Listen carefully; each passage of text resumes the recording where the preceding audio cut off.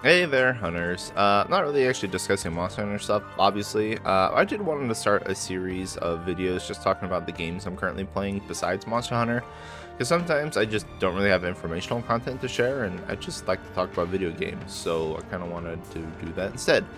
So we're going to start this off with a game I just finished called Ender Lilies. So some of you may be aware of this game or have seen it since it was shown off back in like 2020, and well, a lot of shit has happened since then, so I wouldn't blame you for missing it. It was also out on Steam in early access for a while, but it now is fully out and complete, so if you haven't gotten a chance to play it, I'd say now's a good time. It's available on PS4, PS5, and Switch as well, so pretty much everywhere and anywhere, you can just pick it up and go. So as I was just saying before, I did just finish the game, pretty much 100% of it, aside from getting level 100, and I just wanted to talk about it a bit. As you can see, it's a Metroidvania game. It does remind me a lot of Hollow Knight though. You should be familiar with these types of games, and if you're not, it's a whole genre you probably should be exploring, because it's pretty solid. Anyway, the actual gameplay here isn't really reinventing the wheel by any means, at least as far as its genre goes. It's got most of the same tropes you can expect in these types of games. You know, you start with nothing, you explore, kill bosses, collect abilities that help you traverse new obstacles, backtrack to areas you realize you can now go to, rinse and repeat. While it sounds like I'm being negative, I'm actually not, because there's nothing wrong with sticking to the core concepts and just refining on that. I always think about how great it would be if I could selectively wipe my memory of playing games or watching movies so I could just re-experience them for the first time again. So having a game that is pretty much identical to another game that you love isn't bad to me. If I can go back and play like Metroid Fusion with no recollection of it, I would. But basically what I'm trying to get here at is that just because there's not much that's truly unique or like standoutish concepts as far as game mechanics in here, it checks all the boxes of what makes these types of games fun, and that's great. Like, it just does everything right. That's not to say it's not unique. Ender Lilies does do a lot of things differently. The art style and the environments are very pretty to explore. The dark and gritty atmosphere offset by this delicate little girl really amplifies the uneasy setting and the total dread vibe it's got going on. Watching Lily slowly get more and more corrupt by Blight was also a nice touch on her model as well. Additionally, the soundtrack for this game is amazing. There's not a whole lot of games that can really boast a good soundtrack, and those that do really get elevated to another tier of gaming in my eye. When you stop playing a game and you can still hear the themes playing, or you want to look up the music online just to re-listen to them, really makes me realize how much of those stick to me. And when I play those tracks outside of the game, I just get flooded with the memories of playing the game again, and it just kind of brings a smile to my face. So yeah, like, the tracks are great, and I can't say enough praise about it, to be honest.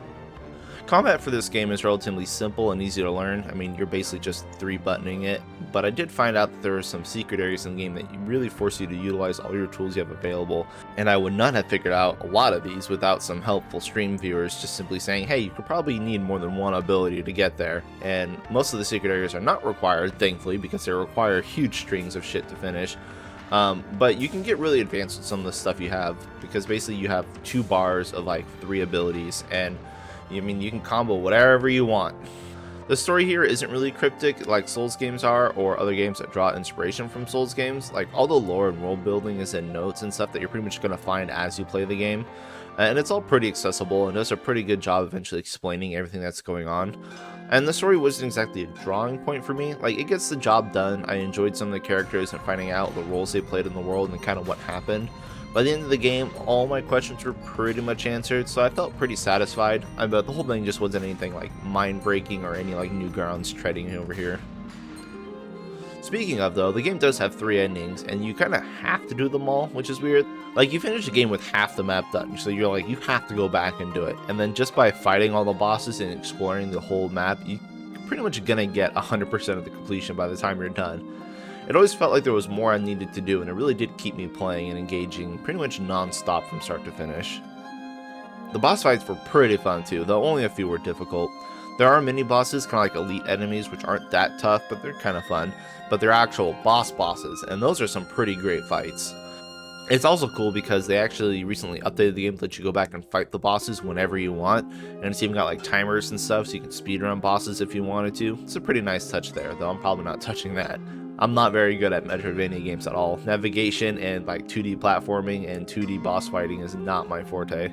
I did finish Ender Lilies with about 18 hours in, which is pretty solid for a story mode playthrough. Compared to like Monster Hunter games where you're going to get several hundred hours, I mean, obviously this isn't really going to compare, but for other Metroidvania games, this is a pretty good chunk of time spent.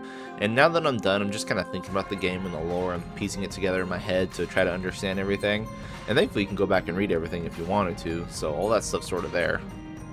I don't think the game's all that expensive either on Steam. It's like 30 bucks or something, so I'm not disappointed in the slightest. But yeah, I just wanted to talk about the game a bit.